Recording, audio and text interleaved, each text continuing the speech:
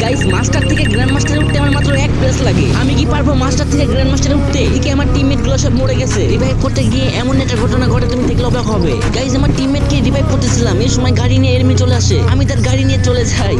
এখনো কিন্তু 4 জন enemy alive আছে, 2টা মাত্র কিল করছি। আর আমার কাছে কিন্তু 3টা মেডিকেটই আছে। কিরে ভাই গাড়ির এই অবস্থা কে বুঝলাম না। এর নাকি আমাকে 1 প্লাস দিবে নাকি মাইনাস দিবে? গাইস তার আগে তোমার ভাই অনেক কষ্ট করে ভিডিও বানাই, তাও তোমাদের সাপোর্ট পাই না।